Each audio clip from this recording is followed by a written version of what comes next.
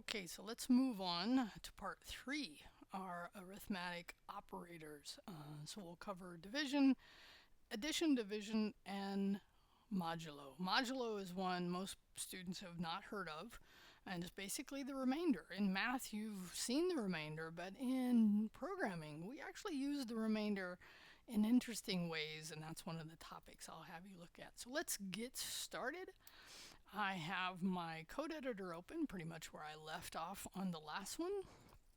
And in this case, I decided, because I was like looking at my variable rule and realizing that I didn't really use it here, because if I'm not changing these values, which by the way in a game, then you would probably be changing the player name and player health. Those would change, so that would make sense. Is game over? For sure you would change it.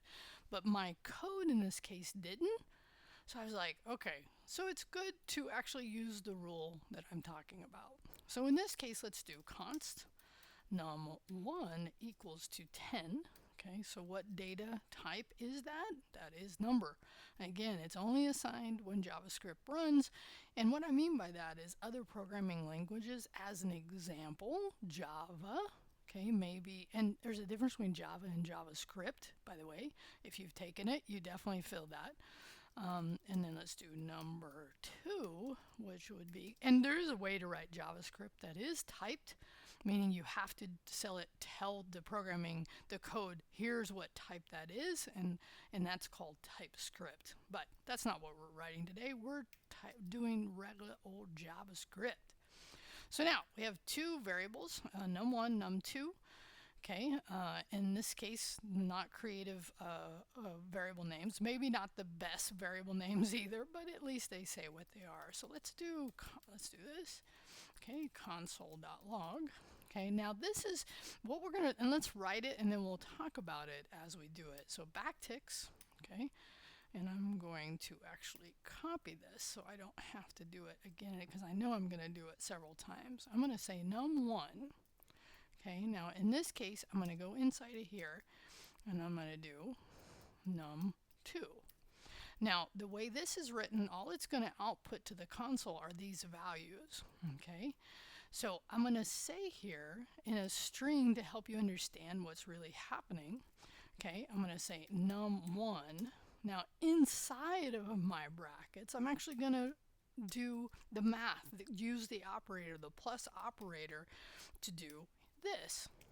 Okay, so what this is doing in this line is this, and we'll see it in a minute. So this is just outputting the variables values that are stored, but here it's actually doing the operation to show you what is very common that we see, right, which is 10 plus 3, the values equals 13. And it's just a way of writing console log, but also understanding the idea that you can use these operators in these template string, in just because all this is doing is taking these variable names, building a string, and then outputting it. Okay, so now let's actually, I should have gone and looked at that keyboard shortcut, but I didn't. Oh, I got rid of my thing. Okay, here we'll do this. So now let's do num1, and in this case divide, right? Okay, so it just made my life a little easier, right?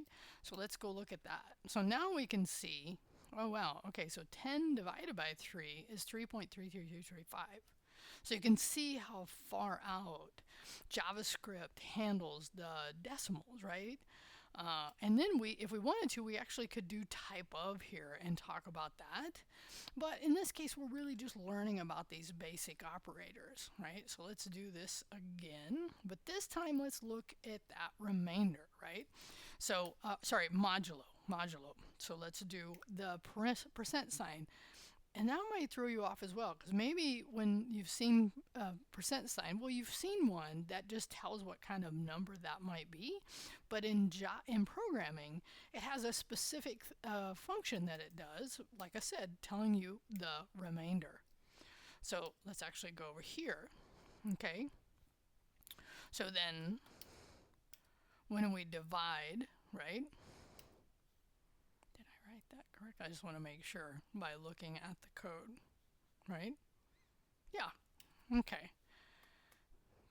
Okay, so what it's rounding this value, right? So it's saying there's 1 when we take 3 modulo 10. Okay, does that seem right? Hold on. I don't know why that stumped me for a minute. And the reason is, and it's good to actually think these things through, right? So if you, how many times can 3 go into 10? So at the most, right? So 3 times 3, right, would be 9. So 9, how many times can 3 go in there?